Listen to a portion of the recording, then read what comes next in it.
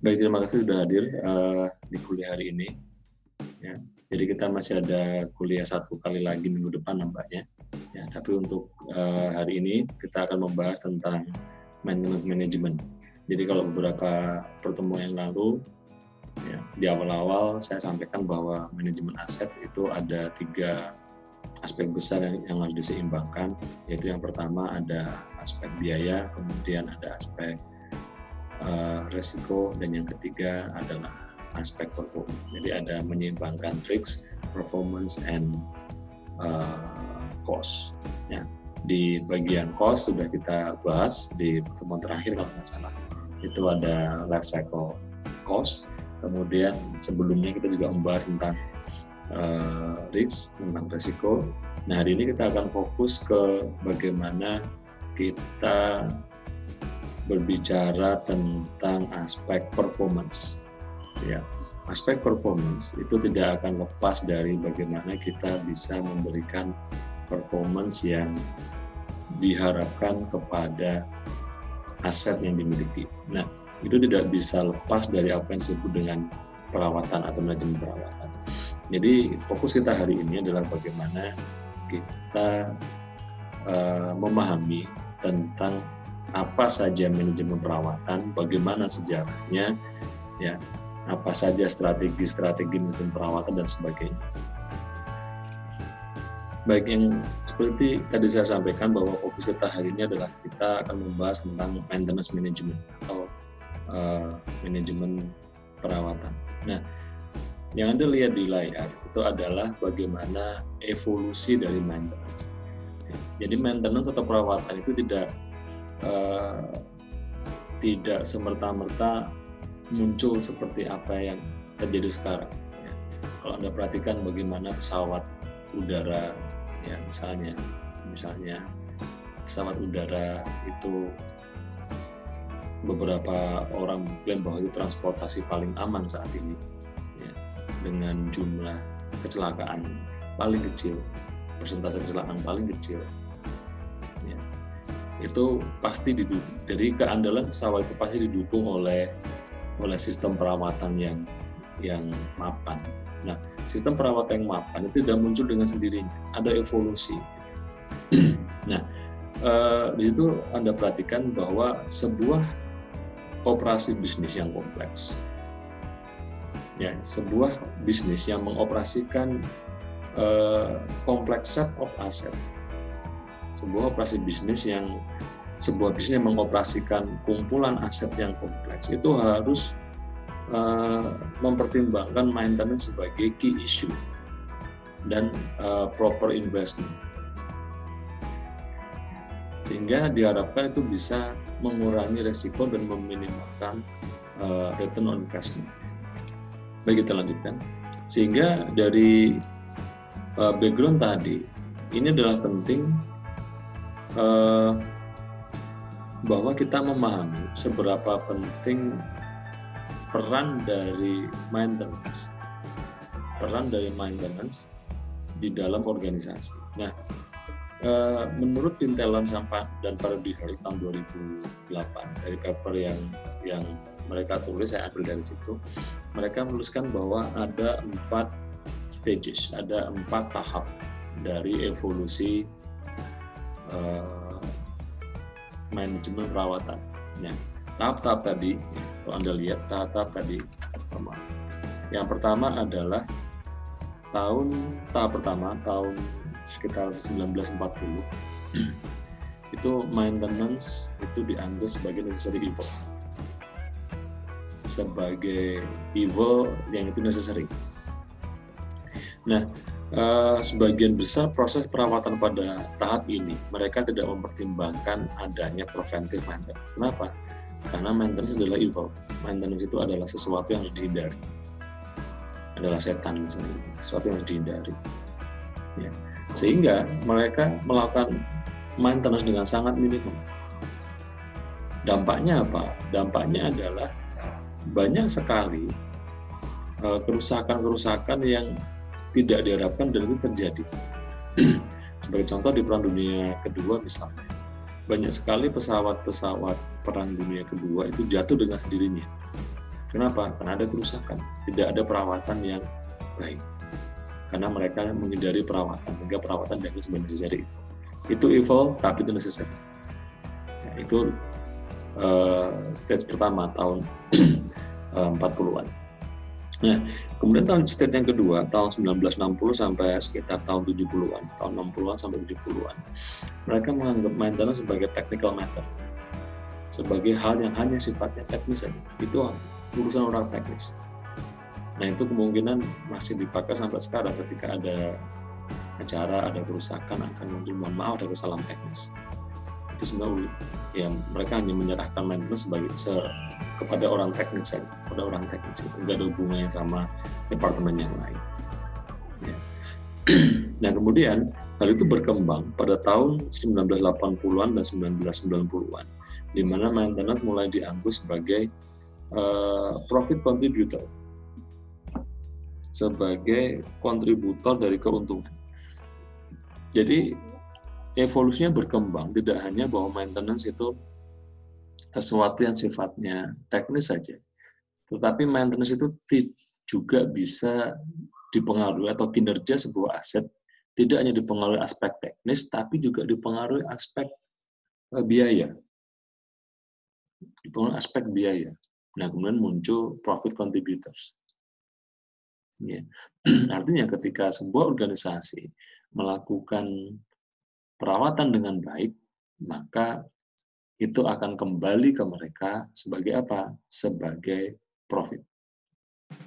Nah, kemudian yang berikutnya sekitar tahun 2000-an, mereka atau banyak organisasi mulai melihat manajemen perawatan sebagai strategic partnership, sebagai partner strategik di awal tahun 2000-an. Nah, kalau Anda perhatikan paper ini dipublish tahun 2008. Ya.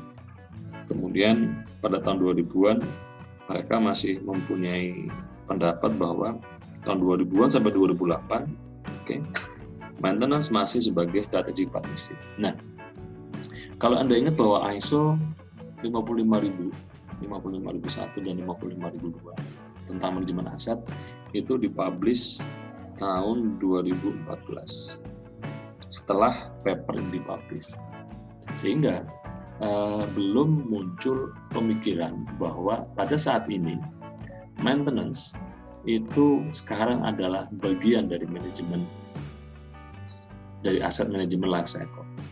Ya, nah, bagian ini yang belum muncul atau belum disebutkan di papernya Pintelli. Nah, yang harus Anda perhatikan bahwa tahap-tahap evolusi di atas tadi, tahap evolusi yang tadi saya sampaikan, itu hanya tahap general evolution dari perspektif enterprise. Tapi tidak berarti bahwa saat ini semua bisnis, semua organisasi itu melihat maintenance sebagai strategic partnership, tidak begitu. Ya. Sama juga ketika saya sampaikan ke Anda bahwa sekarang udah zamannya Internet of Things. Tetapi tidak semua orang di dunia bisa menikmati Internet of Things. Orang di pedalaman mungkin mereka tidak kenal juga internet. Tapi internet sudah sampai di peradaban manusia saat ini. Sama seperti evolusi dari maintenance management.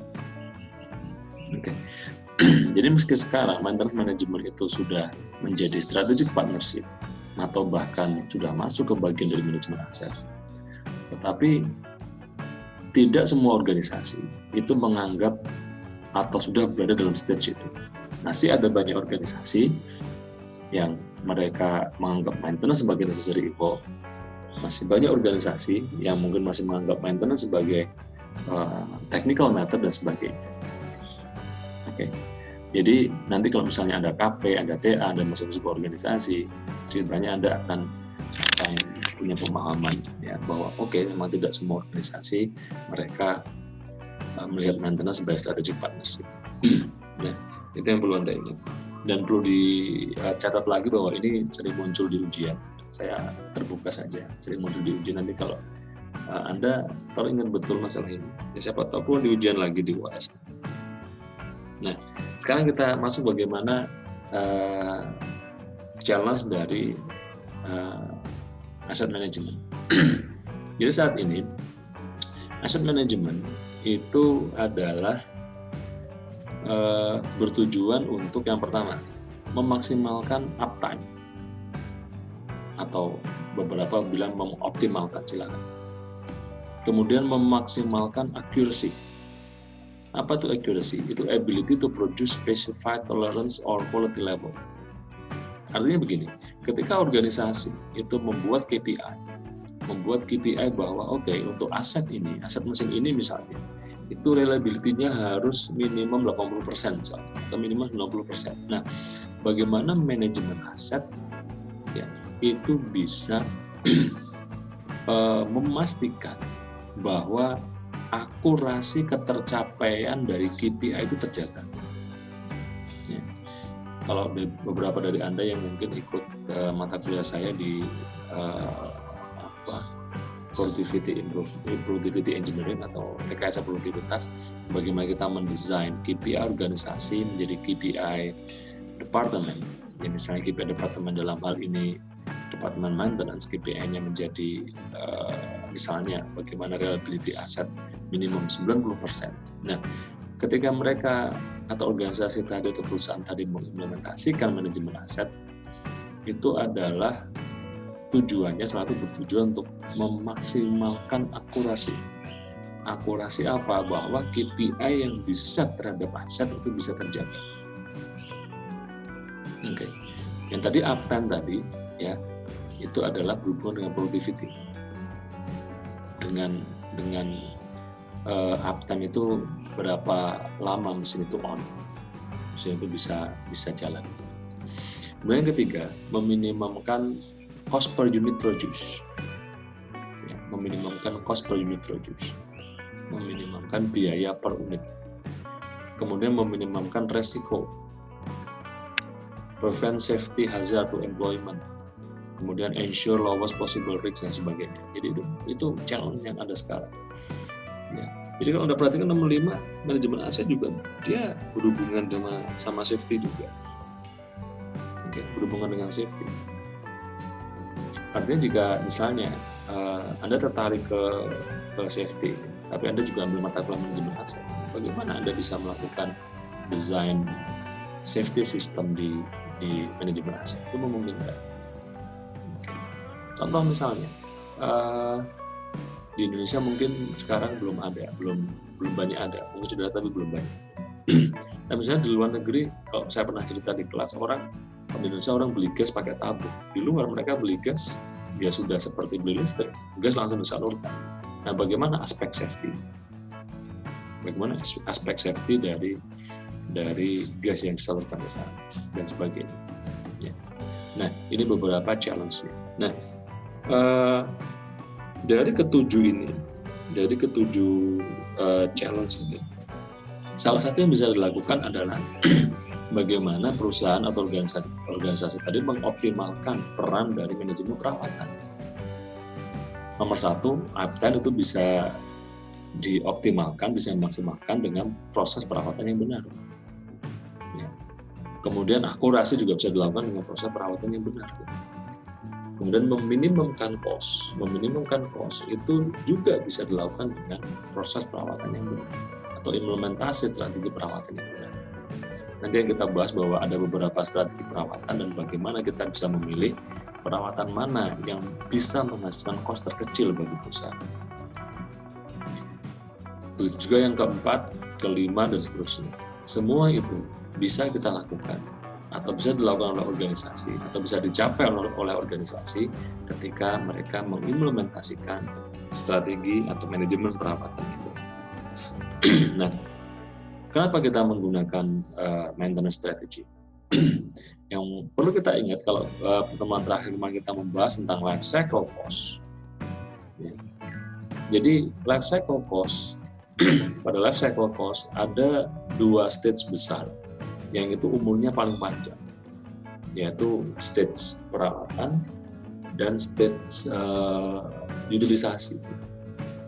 2 stage itu aktivitas yang timeline-nya panjang. Pembelian mungkin hanya beberapa tahun sampai beberapa bulan. Begitu juga sama disposal. Jadi akuisisi yang tadi saya sampaikan dan disposal itu di timeline life cycle cost mungkin hanya beberapa bulan, ya maksimum beberapa tahun. Ya. Tetapi perawatan dan penggunaan itu bisa belasan bahkan puluhan tahun. Sehingga karena timeline-nya paling lama,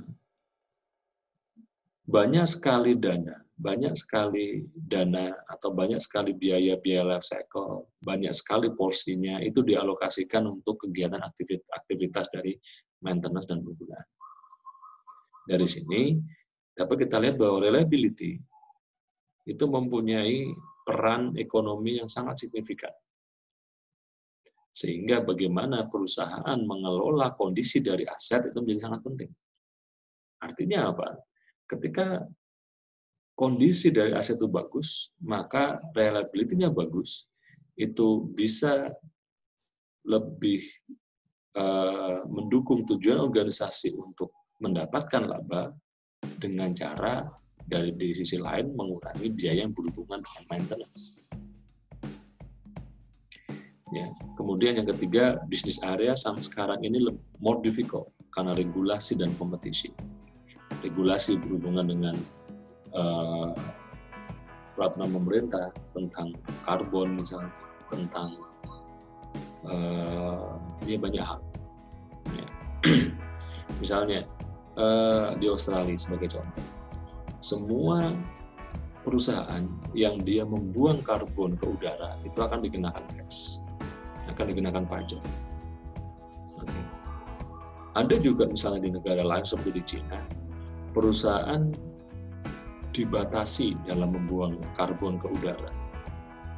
Jadi misalnya dibatasi setahun berapa jumlah emisi karbon yang dia boleh buang.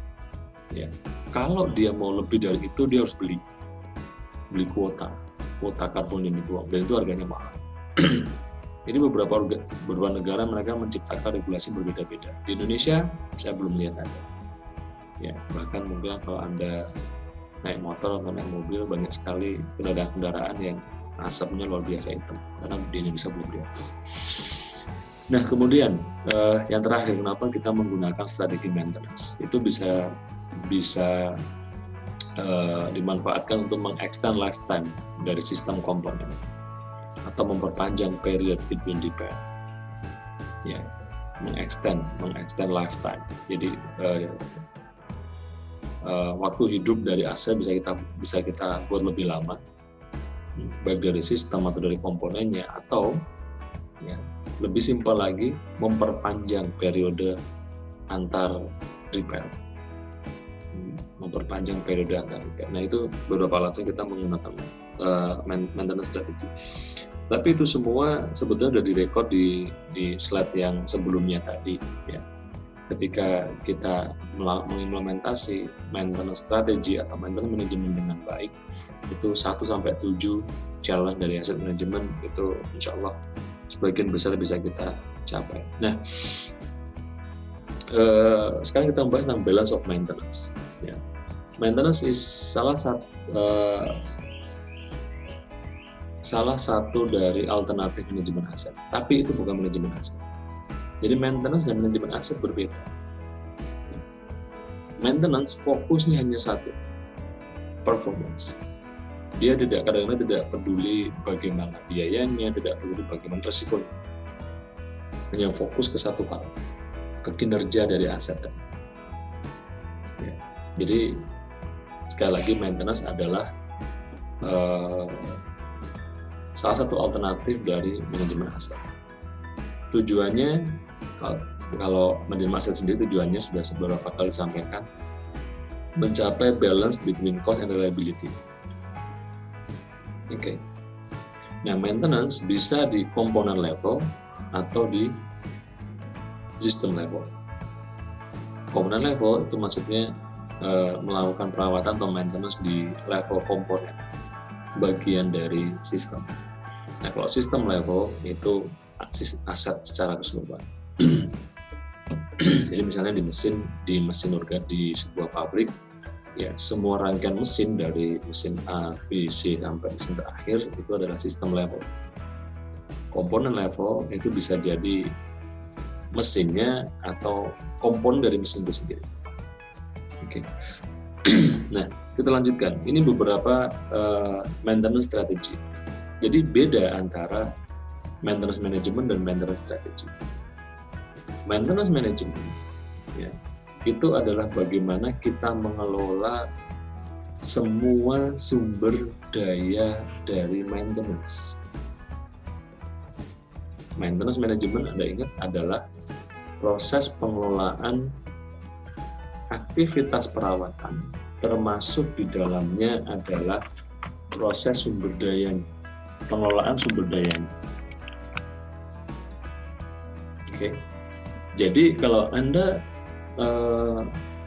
menganggap maintenance sebagai sebuah sistem, Anda menganggap maintenance sebagai sebuah sistem. Sistem itu mempunyai elemen, dan elemen itu berinteraksi. Nah, maintenance juga adalah sebuah sistem, di mana sistem itu memiliki elemen, dan elemen itu berinteraksi. Jadi elemen maintenance itu apa? Elemen maintenance itu satu, ada aset yang di-maintain. Ya, ada aset yang di-maintain. Yang kedua, ada pihak yang memaintain, ada manusia yang memaintain. Itu elemen yang kedua. Ada orang yang melakukan proses perawatan tadi. Yang ketiga, ada sumber daya yang dipakai untuk membantu proses perawatan tadi. Misalnya spare part. Ya kan? Misalnya spare part tadi saya bilang, bahan pembantu. Spare part itu fungsinya untuk mengganti komponen aset yang rusak. Bahan pembantu adalah bahan untuk membantu proses maintenance. Alat-alatnya misalnya, ada alat yang dipakai untuk melakukan maintenance dan sebagainya. Ada informasi dari proses perawatan itu sendiri. Misalnya, asetnya banyak, ya. Kemudian setiap melakukan maintenance ada dicatat dalam logbook. Mesin ini sudah dilakukan perawatan tanggal sekian. Ya, artinya harus ada informasi kapan lagi itu akan melakukan perawatan. Ya. Jadi sekali lagi, maintenance management adalah proses bagaimana mengelola. Manajemen adalah proses mengelola sumber daya dan interaksi sumber daya dari maintenance tadi. Kalau sistem punya tujuannya juga ada di maintenance, yaitu apa? Mencapai KPI yang diharapkan. Ya. Nah, artinya yang harus Anda ingat nanti, mungkin Anda perlu catat juga ketika nanti Anda kerja dan sebagainya, ya, bahwa maintenance management tidak hanya berhubungan dengan mesin saja, tidak hanya berhubungan dengan pengelolaan mesin saja, tetapi berhubungan juga dengan pengelolaan sumber daya yang lain. Jadi mungkin saya pernah cerita akhir tahun 2017 kalau nggak salah, saya pernah ngisi training manajemen perawatan di Epson di Batam. Nah, salah satu materi yang saya sampaikan di situ adalah di training itu waktu itu in-house training di Batam. Yang saya sampaikan adalah teori motivasi. Teori motivasi. Bagaimana mengelola motivasi dari para mekanik dan teknisi. Waktu itu salah satu dari mereka protes, Pak, kita ini bagian maintenance, kita itu ngurusin mesin, kenapa Bapak ngasih materi tentang teori motivasi? Nah, saya sampaikan, setelah saya keliling Pak, saya bilang, Epson itu sistem maintenance-nya luar biasa. Bahkan kalau kita melihat contoh industri 4.0, contoh organisasi atau perusahaan yang mengimplementasi Industri 4.0 itu di Epson. Tapi pertanyaannya adalah, ya, dari sekian canggihnya sistem yang diaplikasikan Epson, Bapak pernah sampaikan sama saya bahwa OII-nya, overall equipment, saya lupa ini apa, OII-nya, jadi kayak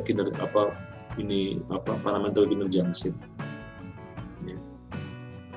Ya, kayak reliability misalnya dan sebagainya. Itu tidak seperti yang diharapkan. Apa yang salah? Mesin Bapak dipasang sensor. Dari sensor itu udah bisa tahu kapan tuh mesin itu rusak, kapan mesin itu idle, kapan mesin itu jalan dan sebagainya. Tetapi kinerja mesin dari sekian investasi canggih yang dilakukan itu tetap saja kinerja mesinnya tidak seperti yang diharapkan. Mungkin tidak itu terjadi karena satu hal, karyawan Bapak tidak cukup punya motivasi buat bekerja. Nah, dari situ mereka baru berpikir, oh iya, ternyata memang manusia itu salah satu yang penting yang harus diperhatikan juga dalam maintenance atau manajemen perawatan. Berapa kali saya sampaikan, saya garis bawahi juga bahwa resource can make everything possible, but only human who can make everything happen. Bahwa resource untuk membuat semuanya mungkin, tetapi yang membuat semuanya terjadi itu hanya manusia. Nah, tadi maintenance management. Nah, sekarang kita bahas tentang manajemen maintenance strategi atau strategi maintenance. Nah, dalam menjalankan proses perawatan tadi, menjalankan proses manajemen perawatan atau menjalankan proses maintenance management itu diperlukan strategi. Ya, ketika saya ambil contoh misalnya ketika perusahaan dia menerapkan manajemen pemasaran, dia butuh strategi pemasaran supaya manajemen pemasarannya tercapai. Sama seperti ketika sebuah perusahaan itu ingin mencapai tujuan dari maintenance management, dia perlu strategi. Strateginya apa? Maintenance strategi. Nah, ini saya kasih beberapa contoh maintenance strategi. Yang pertama, apa yang disebut dengan corrective maintenance. Corrective maintenance. Ya, perawatan korektif.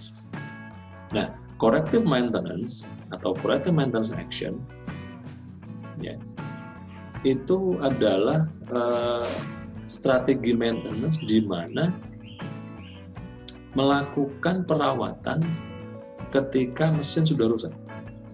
Pada lihat di poin nomor 2, run to failure. Ya, mesin pokoknya jalan saja sampai dia rusak. Nah, di sini Anda lihat inspection itu tidak dilakukan. Replacement, penggantian komponen dilakukan ketika komponennya fail, ketika komponennya rusak. Artinya ketika sebuah organisasi mengimplementasikan corrective maintenance strategy, yang harus mereka ingat bahwa mereka tidak diperbolehkan mengadakan inspeksi, tidak boleh melakukan inspeksi, tidak boleh melakukan replacement ketika komponen tadi belum rusak. Ya, jadi sekali lagi, strategi yang pertama, corrective maintenance, itu adalah proses perawatan yang dilakukan hanya ketika mesin itu rusak. Beberapa orang menyebutnya dengan run to failure. Dijalankan saja ya sampai rusak. Nah, kemudian yang kedua disebut dengan time based maintenance. Perawatan yang time based. Ada waktunya. Ya, itu ada istilah juga dengan age replacement. Ya, jadi replacement spare part atau replacement aset atau apa saja, tapi setelah mereka berumur sekian waktu. Ya, setelah berumur sekian waktu, ada periode yang tetap. Gitu. Ya, kemudian ada periodic inspection, ada inspeksi yang periodik. Misalnya tiap hari atau seminggu sekali, 2 minggu sekali, sebulan sekali, setahun sekali, ada inspeksi yang periodik. Inspeksi periodik untuk melihat dari dan melakukan inspeksi periode dan melakukan perawatan-perawatan yang secara periode itu harus dilakukan. Nah, age replacement tadi adalah penggantian secara periode. Kemudian ada sequential inspection. Nah, yang perlu Anda ingat bahwa pada time-based maintenance, itu tidak berarti ketika kita melakukan periodic inspection itu tidak berarti tidak ada corrective maintenance. Ya, karena tidak ada yang sempurna. Tidak ada yang sempurna. Artinya, ketika perusahaan memilih time-based maintenance, tetap ada kemungkinan breakdown, failure dari mesin itu akan terjadi. Mungkin juga akan terjadi. Oke, artinya ketika perusahaan memilih time-based maintenance, ya, mereka melakukan periodic inspection, dan di sisi lain ketika mesin itu rusak, mereka juga melakukan breakdown maintenance. Ya, corrective maintenance beberapa orang menyebutnya breakdown maintenance. Nah, itu yang kedua. Yang ketiga disebut dengan condition based maintenance. Condition based maintenance. Nah, pada condition based maintenance, jadi bedanya dengan time based tadi. Kalau time based itu cara periodenya dia tetap. Gitu. Tadi saya sampaikan, bisa harian, bisa mingguan, bisa bulanan, 3 bulanan, 6 bulanan, dan sebagainya. Jadi tetap periodenya. Nah, pada condition based maintenance itu perawatan dilakukan berdasarkan kondisi. Jadi kalau pada time based maintenance tadi, entah kondisinya masih bagus atau sudah perlu diganti, ketika kondisinya masih bagus, waktunya sudah due, sudah saat waktunya sudah datang, waktunya diganti, harus diganti. Ya, jadi misalnya pokoknya saya ganti ban misalnya tiap 1 tahun. Entah kondisinya motor misalnya, ban motor ya, entah kondisinya masih bagus atau enggak, pokoknya tiap tahun ganti. Itu time based maintenance. Nah, kalau condition based berbeda. Condition based adalah kita lihat dulu kondisinya. Masih bisa nggak dia fulfill di requirement? Kalau dia tidak bisa fulfill requirement, diganti. Kalau masih bisa, jangan diganti dulu. Oke. Contoh misalnya, Anda punya gadget. Misalnya sebuah perusahaan, Apple, Samsung misalnya. Dia punya target, tiap tahun dia mengeluarkan model baru. Oke. Nah, ketika Anda berbicara tentang time-based maintenance, ya, yang di-maintain apa? Kebanggaan diri, misalnya pride. Ya, saya nggak mau tahu, pokoknya tiap tahun saya ganti HP. Itu time-based. Nah, kalau condition-based, kalau Anda mau ganti HP, lihat dulu, ini masih bisa saya pakai nggak? Masih bisa memenuhi kebutuhan saya nggak? Kalau masih bisa, saya nggak akan ganti. Kalau udah nggak bisa, saya akan ganti.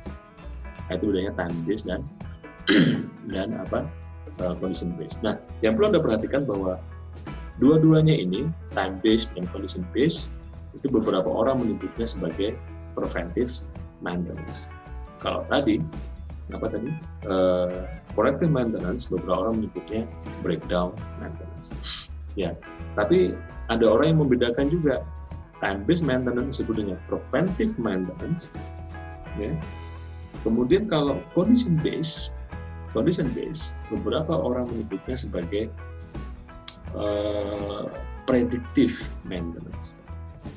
Jadi saya ulang, yang time based ini beberapa orang menyebutnya sebagai preventive maintenance.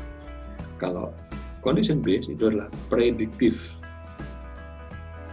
memprediksi, predictive maintenance.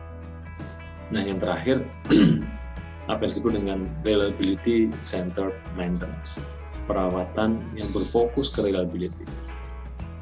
Ya, perawatan yang berfokus ke reliability.